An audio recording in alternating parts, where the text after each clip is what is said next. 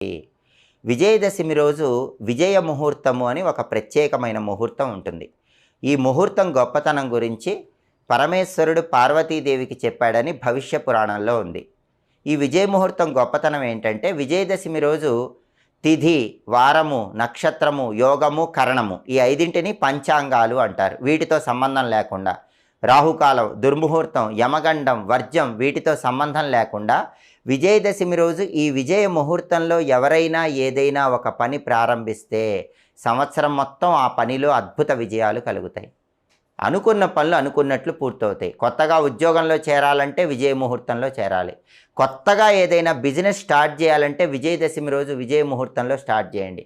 మీ business తిరుగుండదు. 3 పువ్వులు 6 కాయలుగా విపరీతమైన లాభాలు వస్తాయి.